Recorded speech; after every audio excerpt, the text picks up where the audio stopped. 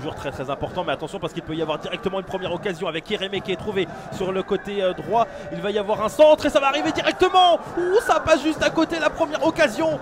Elle est donc pour cette formation d'Annecy après seulement 40 secondes. Djaouri qui récupère encore de nouveau ce ballon. Attention, il y a un petit moment d'attente et ça va profiter justement. Ça va profiter à Godson Kérémé qui va aller inscrire le premier but de la partie, 1-0. Ils se sont regardés sur cette touche, il en a profité. Madian El Djaouri. Et Godson Kérémé au premier poteau qui va ouvrir le score 1-0 pour Annecy, c'est logique après le premier quart d'heure. Positionné juste derrière là maintenant Carnegie-Antoine, ça alterne également du côté de l'équipe de Xavier Collin. On essaie de trouver des solutions, attention parce que là il a tout le temps de contrôler le ballon, il va pouvoir peut-être se présenter, il va peut-être même armer également, ça va revenir derrière avec le 2-0 déjà, 2-0 et c'est Kevin Testu, on en parlait il y a quelques instants. Ils sont repartis pour nous refaire la même chose que la semaine dernière, 2-0 déjà pour Annecy, après seulement un quart d'heure de jeu. Et 0-0 entre Sète et Saint-Brieuc. Vous êtes donc au très bon endroit si vous voulez voir des buts, parce que nous on en a ici. Et peut-être encore avec là c'est bien fait cette percée. Est-ce qu'il va y avoir quelque chose? Il va y avoir pénalty. Il va y avoir pénalty, cette très bonne percée. Elle était signée de Fabien Aurega pour sa première titularisation.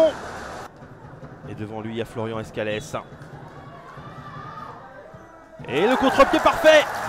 Le contre-pied parfait, ça fait 2-1 dans cette rencontre entre l'USO et le FC Annecy. Ce match, il est loin d'être terminé. On vous a promis des buts, on vous en donne ici sur FFF TV. Avec ce but signé Ibrahim Sangaré.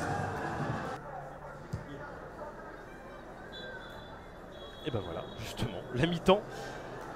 Avec ce score de 2-1 pour Annecy, mais ce match est encore très loin d'être terminé. Chercher l'égalisation, c'était au premier poteau, ça va peut-être revenir dans les pieds d'un joueur d'Annecy finalement. Non, ça revient sur le côté droit avec la tentative de frappe, l'arrêt. Justement l'autre tir cadré, l'égalisation.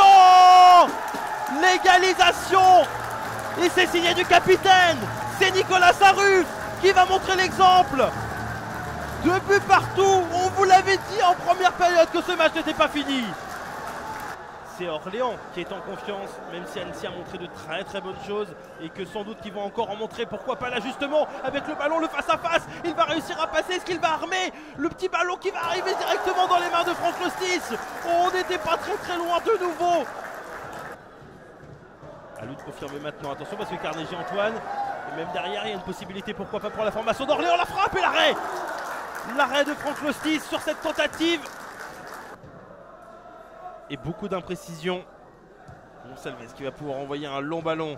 Essayer pourquoi pas de trouver, attention parce que là il y a une possibilité avec l'arrêt de Lostis. C'était la balle de match peut-être que vient de louper Jacques Sioué.